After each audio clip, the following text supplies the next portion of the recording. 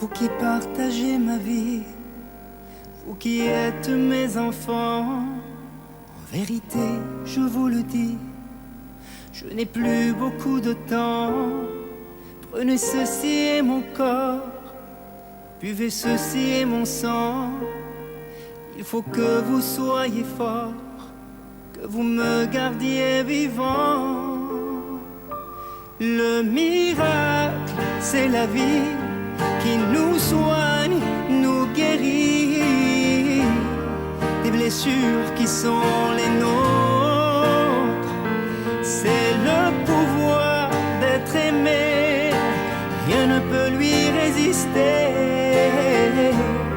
Aimez-vous les uns les autres, les uns les autres.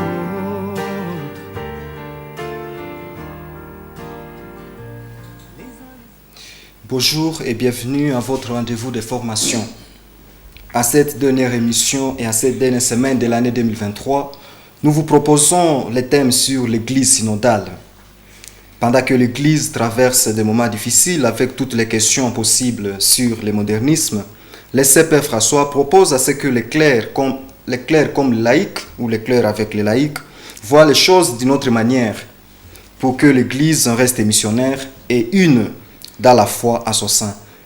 Pour parler de ces sujets, nous recevons l'abbé Thomas Bissambali, professeur et vice-recteur au Toloka Saint-Octave de Bolindi. Bonjour, monsieur l'abbé. Bonjour, monsieur le journaliste.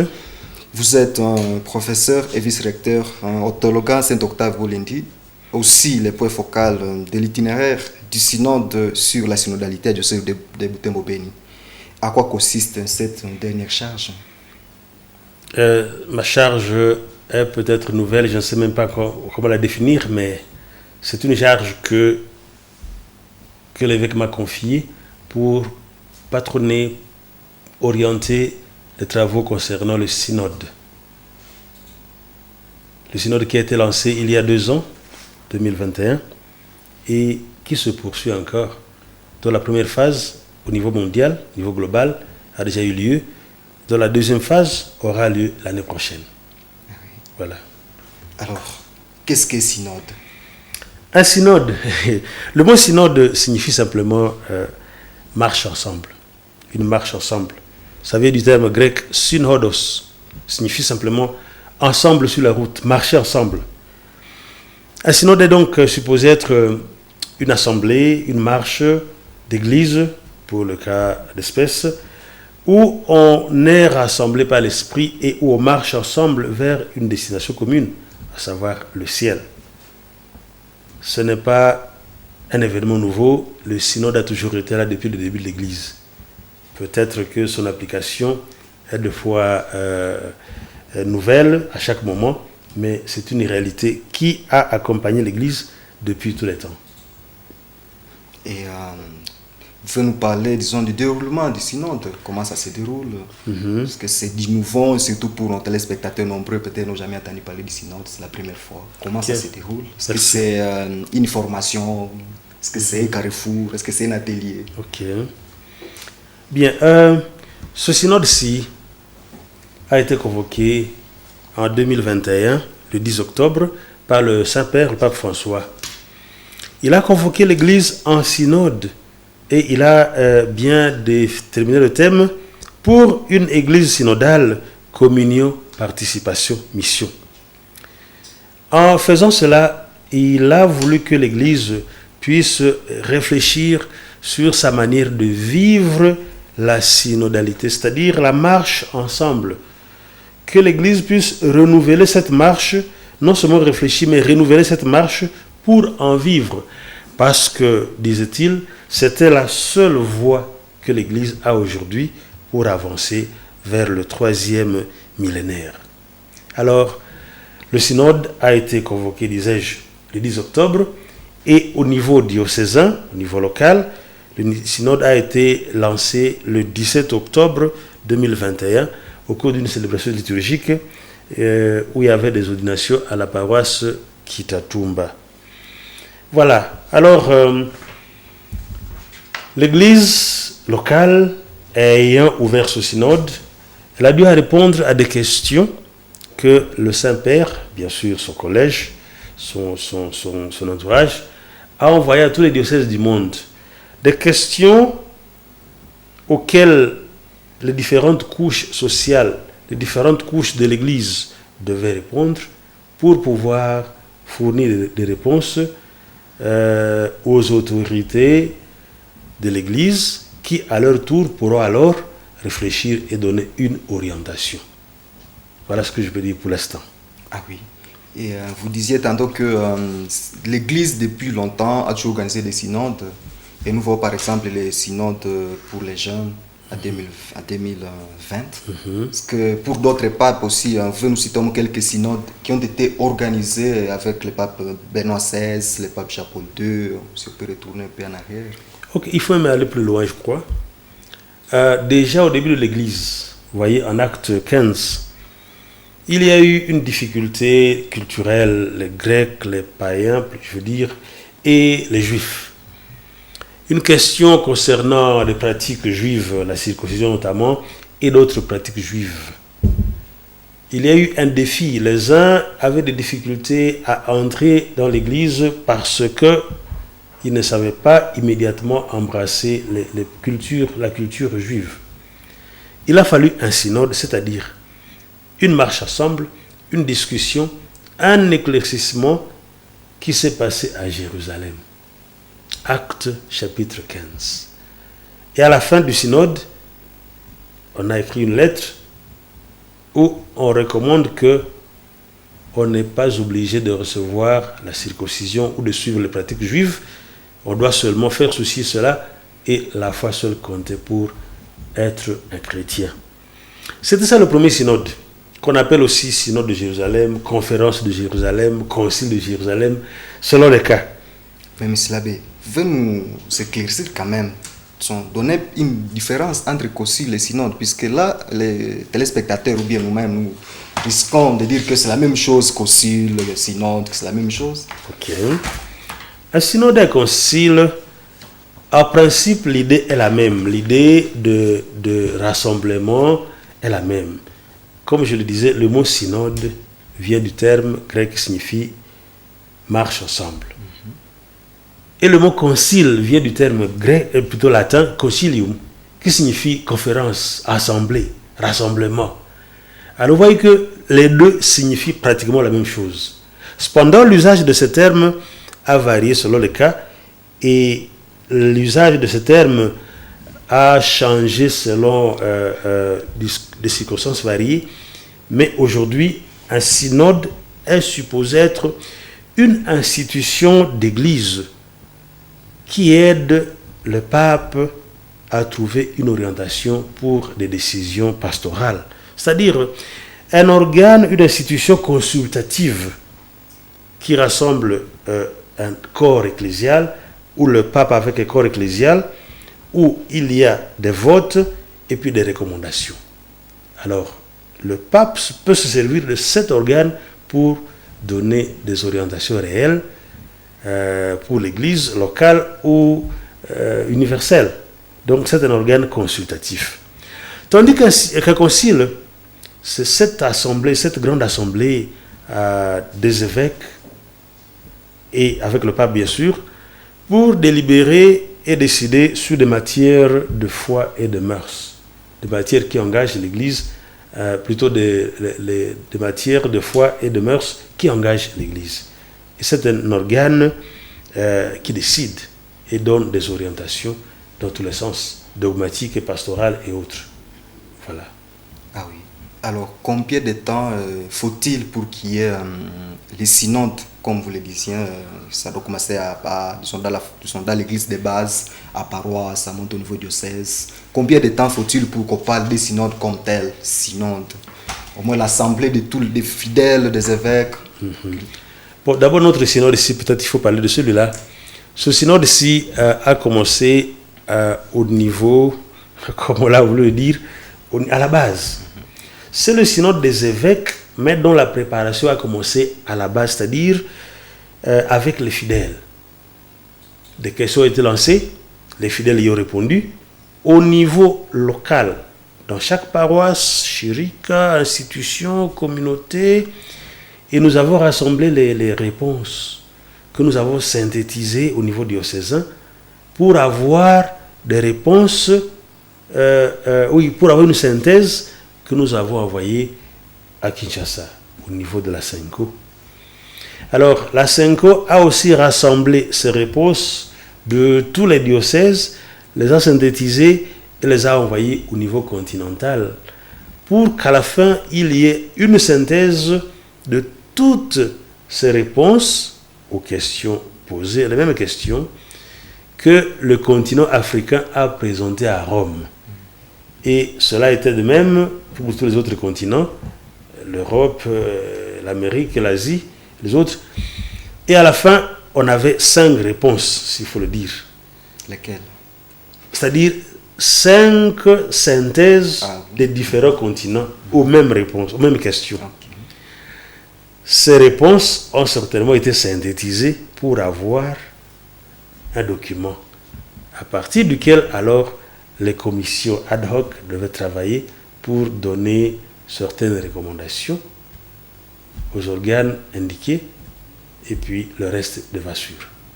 Alors vous personnellement, quand vous êtes responsable de cette commission, qu'est-ce que vous avez d'intéressant dans les réponses disons des diocésains, de beaucoup de choses. Locale?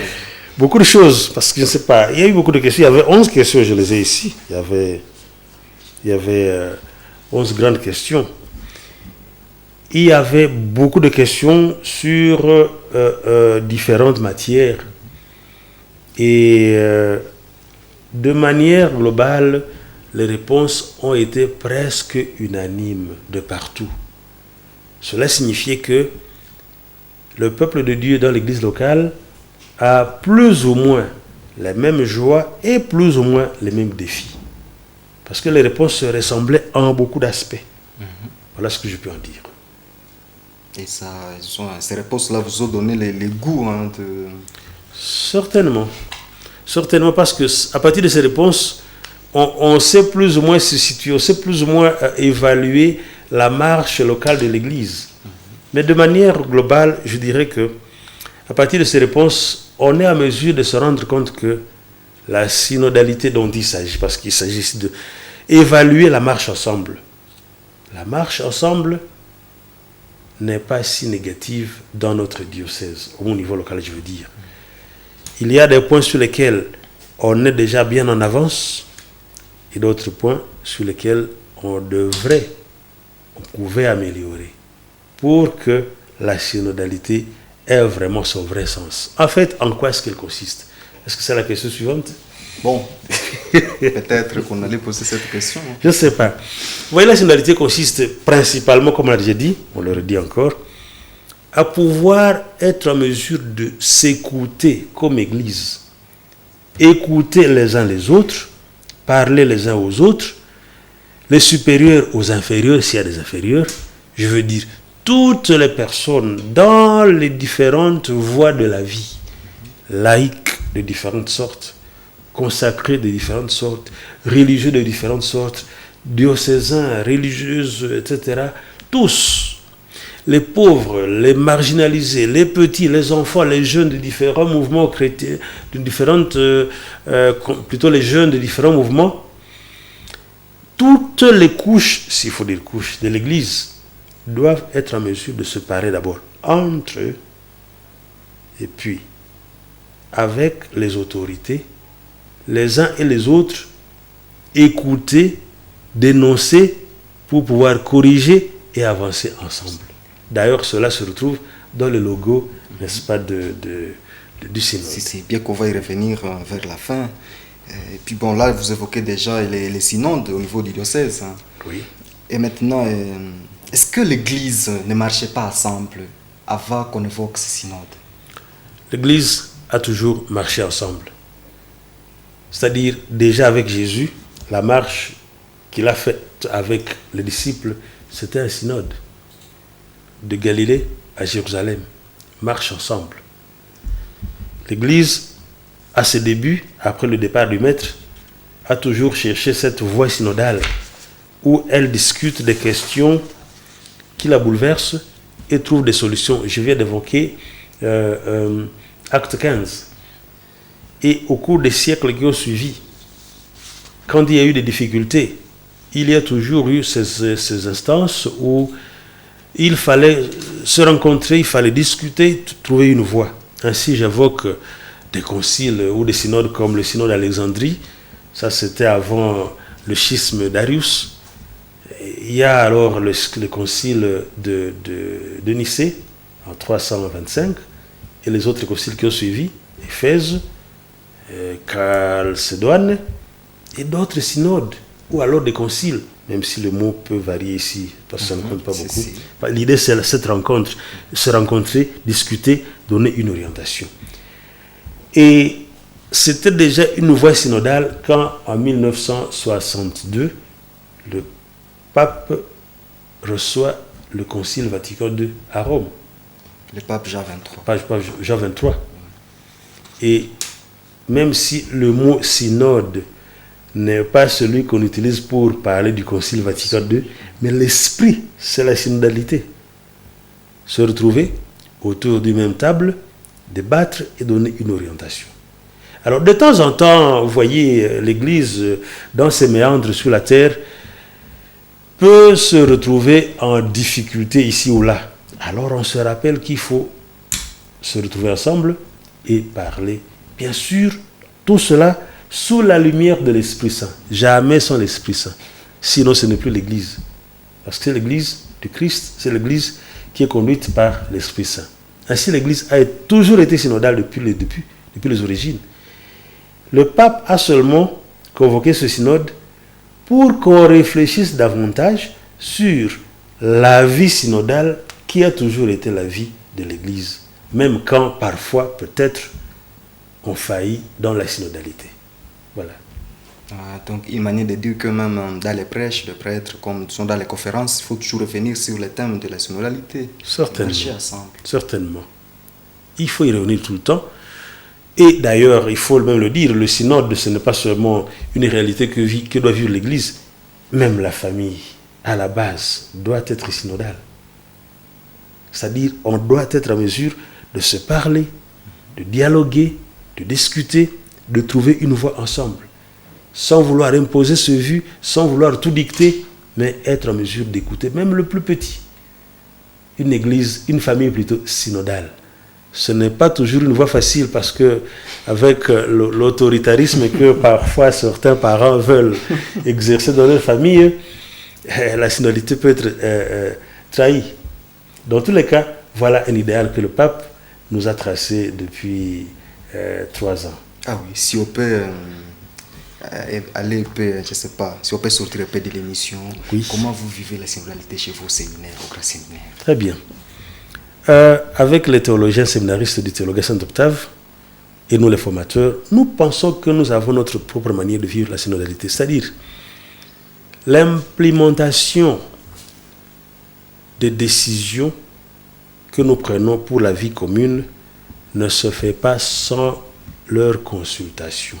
En d'autres termes, quand il y a des changements, quand il y a des choses spéciales, quand il y a des points nouveaux à introduire, nous les consultons toujours. Ils donnent leur point de vue et alors nous pouvons le suivre, bien sûr, après avoir aussi évalué et trouvé que c'est rationnel.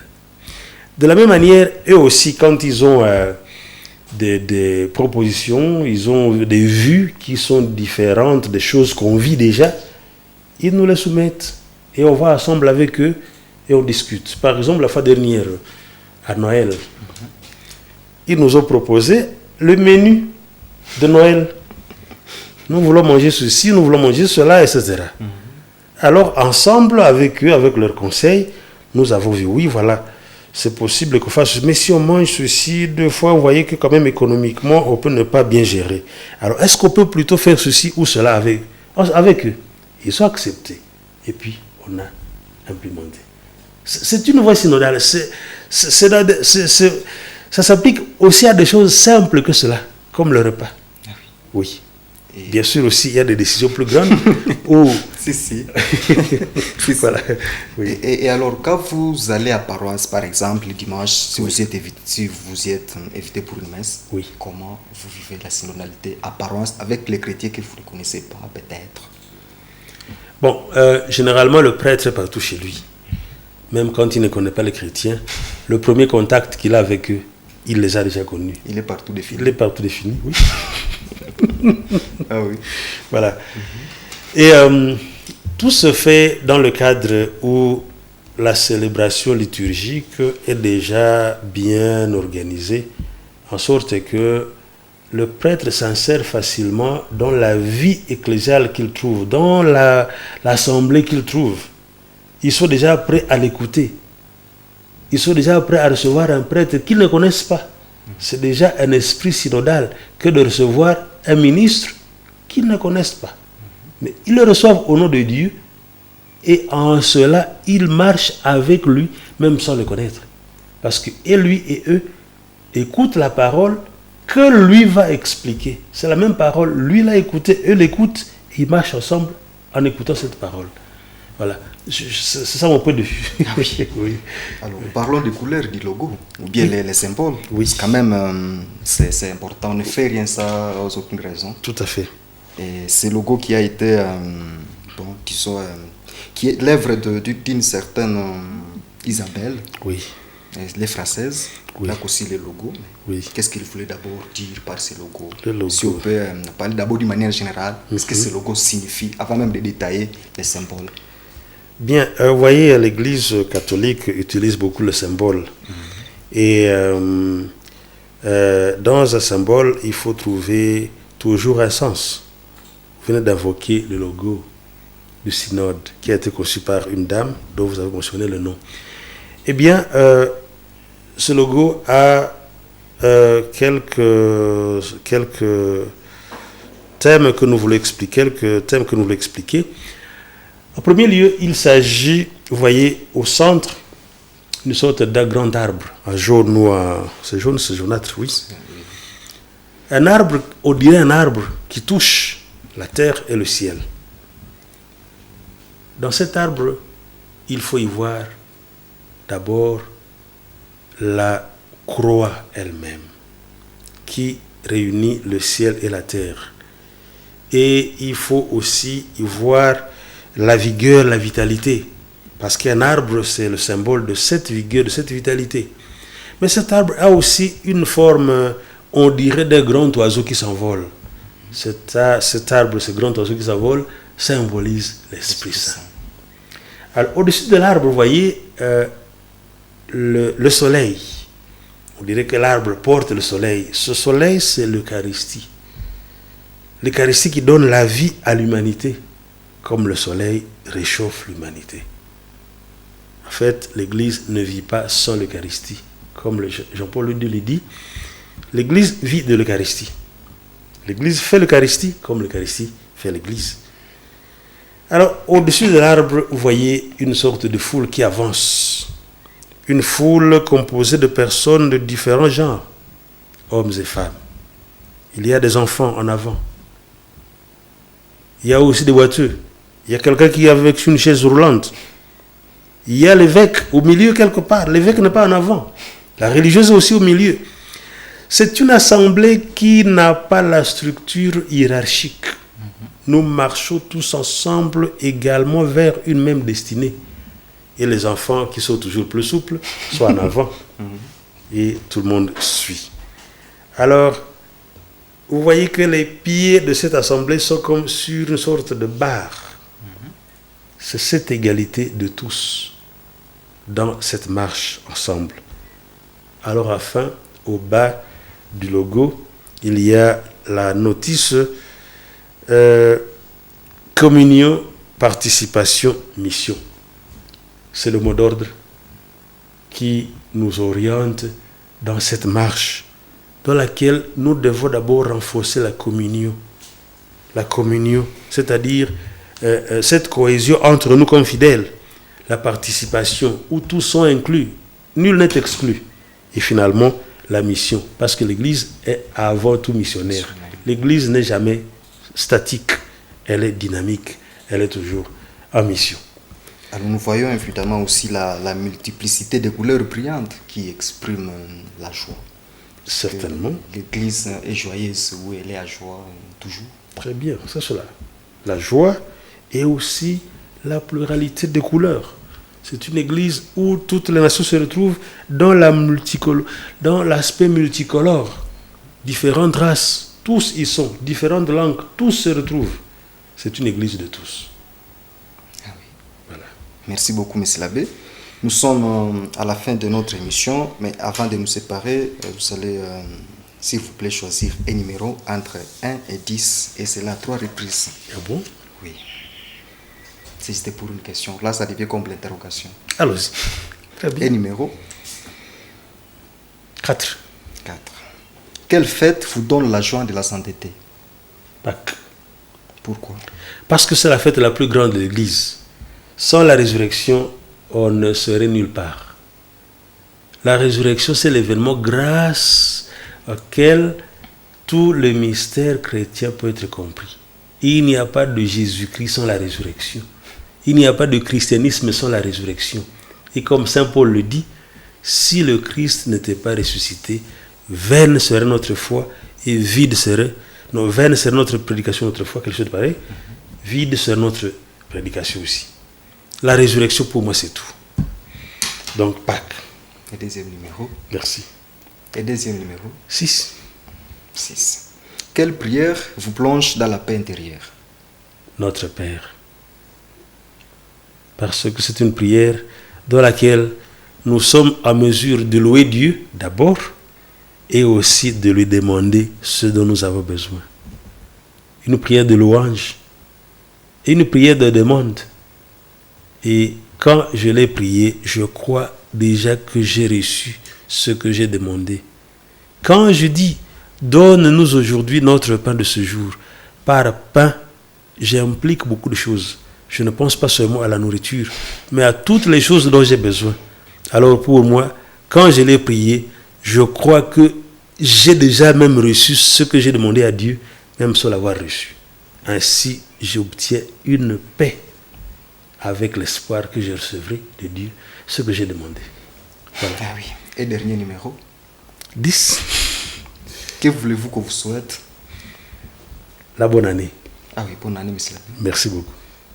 Ah oui. Et pareillement. Oui, merci aussi. Très bien. Alors, un dernier mot pour nos téléspectateurs. Je suis émerveillé d'abord. C'est la première fois que je passe à la télévision, à la Moto TV pour une émission de ce genre. Et je crois que c'est intéressant.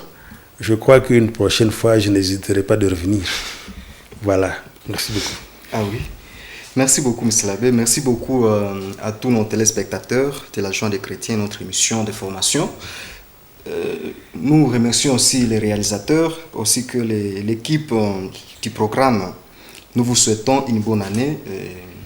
Bon, à la prochaine.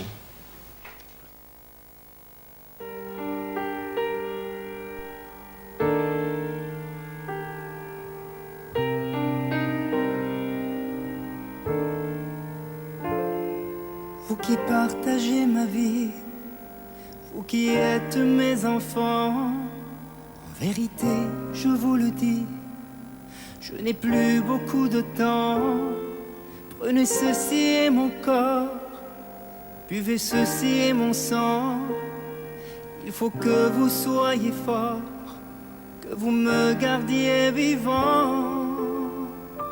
Le miracle, c'est la vie qui nous soigne, nous guérit des blessures qui sont les nôtres. C'est le pouvoir d'être aimé, rien ne peut lui résister. Aimez-vous les uns les autres, les uns les autres.